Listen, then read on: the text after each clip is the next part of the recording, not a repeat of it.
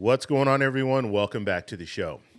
So the Social Security Fairness Act, it was passed. It was signed off by the president on January 5th.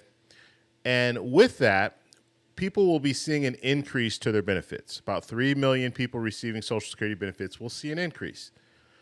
And when there's situations like this where there's going to be a change and people are receiving money, then guess what? The scammers are out. They're going to be out there trying to get your information. And so I'm going to show you guys a clip today. We'll talk a little bit about it. And so this is a police officer from the Crime Prevention Unit. I believe this is in Texas. And he's going to be giving you some pointers so you won't get scammed in this situation. So that's what we're going to focus on in this video. But first off, you guys can do me a favor. Please like the video. And if you're watching this video and you want to see more content like this, please consider subscribing to the channel. Okay, so let's go right over to this clip. We'll play it, and then we'll talk a little bit about it. Here we go. The stage is set for a new scam.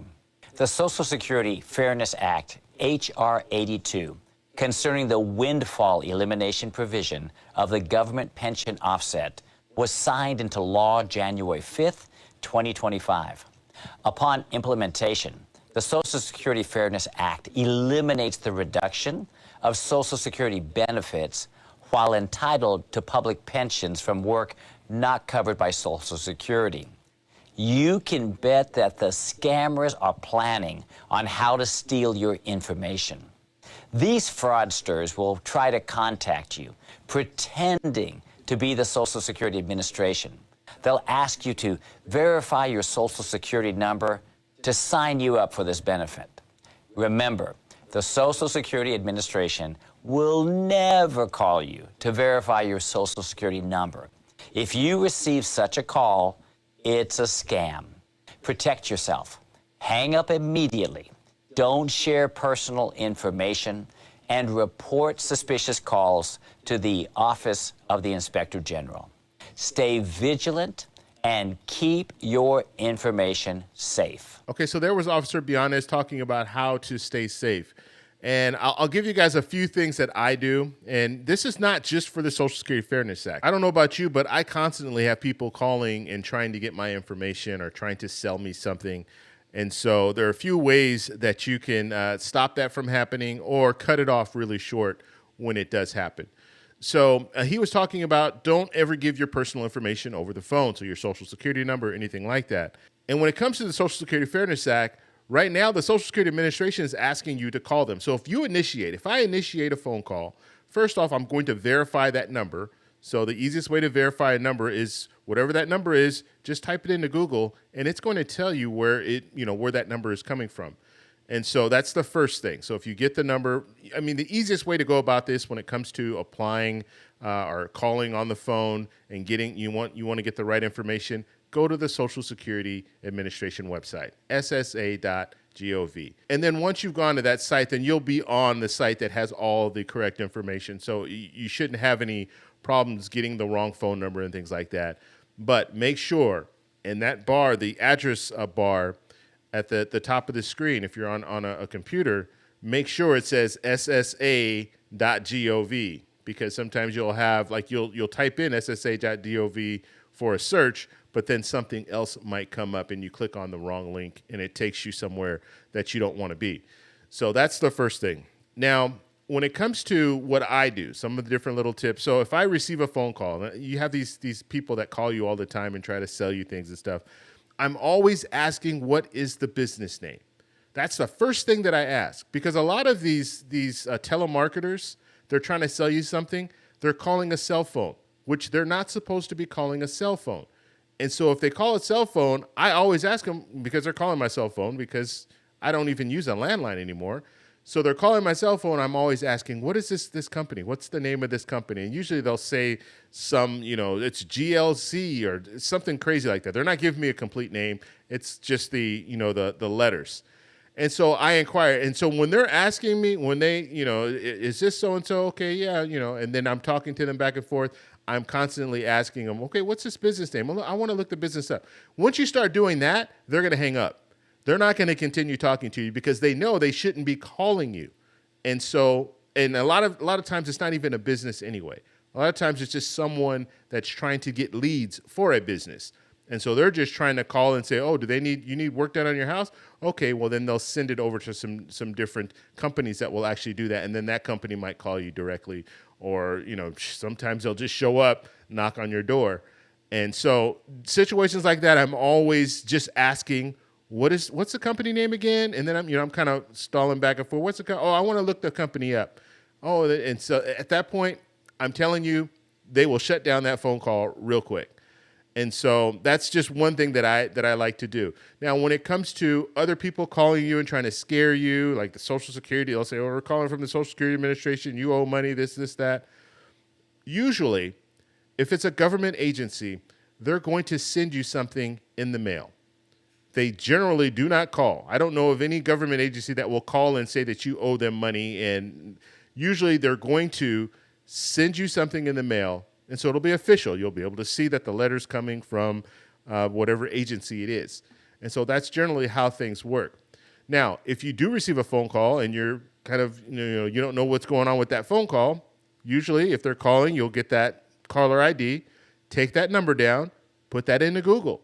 And a lot of times if you put it into Google, you're going to see that it's a scam, because you'll have a list of the first searches that'll come up. They'll say that this was a scam, or like Reddit, usually they follow this a lot. So you'll have on Reddit, they'll have people saying, yeah, this is a scam. This is the number here. And so it will come up. And so you'll know that it was someone that was trying to scam you.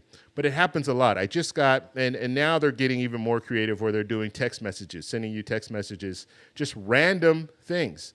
Hey, is this your number, or something like that? And it's like, I don't know who this person is. I've never seen this number before. Disregard it. Just block it. Say that it's spam, and hopefully they'll block the number. Your phone will block the number, your phone provider. But they do this. They do a lot. And I just received one. Actually, got two of the same messages. And in this text message, it said that I needed to pay a toll. And so I looked at it. Now, I do pay. In California, we have a fast track system where you can jump on this fast track, a couple lanes where you can go a little bit, not go faster, but you don't have as much traffic. And so I pay that every month. That's, a toll that I pay. And so when I received the text message, I was thinking, well, maybe it is. Maybe I do owe something that they didn't, automatically deduct. Because basically the way it works is I just pay, let's say, for example, $40 a month they take from my account. If I go over that, then they'll take a little bit more. But every month it's $40 that is going into that account. And so I was thinking, well, maybe it was short or something like that. So I took that number. I didn't respond. I never respond to text. If I don't know who that person is, I'm not responding. And so I didn't respond to the text, but I saw the number, took the number down, put that number in a Google search, and sure enough, it came up that it was a scam. Other people were receiving this same information. And then not to mention, this phone number was coming from the East Coast somewhere.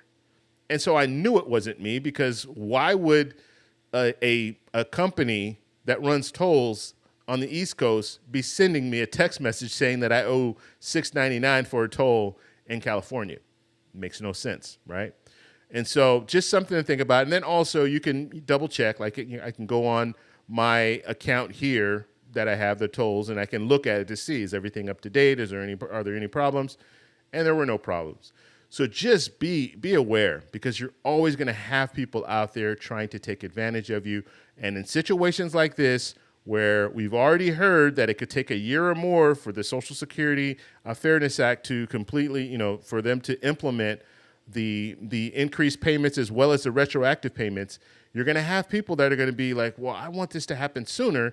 And they receive this phone call from someone telling them, hey, look, we can get you guys started and get your increase in a matter of weeks or days. It's too good to be true. Do not believe that. Okay, if they're calling you, that should be the first clue, because the Social Security Administration, they're not going to be calling you. They might send you information via mail, but they're not going to call you.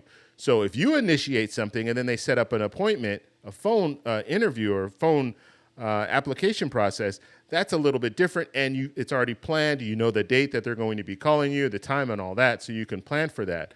Or if you ask them to call you back, then obviously you're going to know when they called, okay, this was all set up, that's why they're calling me back. But just be very, very careful. And don't be afraid. This is another thing you can do. Ask them for their phone number. You know, what's your phone number so I can just verify this? And while you're on the phone, I've done this before too, and I used to do this at work all the time because there are situations where we had to verify someone was who they say they were. So what I would do is I would say, okay, well, I'm talking to them on the phone. What's your phone number? Okay, they give me their phone number, and I can just type that in and see where it goes. Does it go to another police agency? Does it go to for this situation, the Social Security Administration? Because all the numbers will be public record. So if you just type them in, they should come up in a search. And so I would do that often too. So just something to think about. Or you can just tell them, you know what, I'll call you back. Give me your number, I'll call you back. And then just hang up the phone, and then you can do the search. And then you can call them back after you've done that search. So just some little tips there, but just be aware. This is going to happen. It happens all the time. We saw it when stimulus checks were going out. You had people that were trying to scam people out of their stimulus checks. Anytime there's any changes when it comes to Social Security or Medicare, you have people that are out there trying to scam you, trying to take your money. And I really wish Congress would actually do something about this because it's a huge problem. Just the telemarketers alone, it's just so terrible. Like I'm telling you, I get calls from telemarketers at least 2 or 3 times a day, every day. And sometimes what they'll do is they'll call from an unblocked number. So if it's a blocked number, I don't even answer it. So if it's like a spam number, like my phone provider will pick it up and say, this could be potential spam. I don't even answer those phone calls. But sometimes they will call from a number that it's not a blocked number, so I'm actually able to see the number. And so sometimes I will answer, especially if I'm expecting to receive phone calls from other companies or other people. And so I will answer it, and then they don't say anything. They just want to see if the number is live. That's what they're doing, see if someone's answering that phone. And then once they do that, then they'll start bombarding you with more, spam calls, hoping that you answer. And sometimes it might be a regular number, and you can see the number and it doesn't show spam, and then you answer the phone and they're trying to sell you something. But remember, the key is get that business name. And they're not going to give you a business name, but try to get it. And when you start pressing on that, you change the whole story. They're saying, is this so-and-so? Yeah, this is so-and-so. And then they say, oh yeah, we're in the neighborhood. Okay, what company are you calling from? And they say, oh, this is TRC. Okay, TRC, what is TRC? And then they'll try to explain, okay, well, what's the name of the company? You're just giving me the letters. I need to know the name. You start going into that, they're going to hang up the phone right away because they shouldn't be calling you. So just that's one tip that I do a lot, and it shuts down that conversation because sometimes they'll get in that conversation. Well, why not? Maybe you should. We just want more information for later. They'll get into all that. You get into the company names, and then they'll shut it down really quickly. And you can even tell them. I've said this before, where it's like, yeah, I just want to know the name of the company so I can report you to the Better Business Bureau. And then they hang up real quick.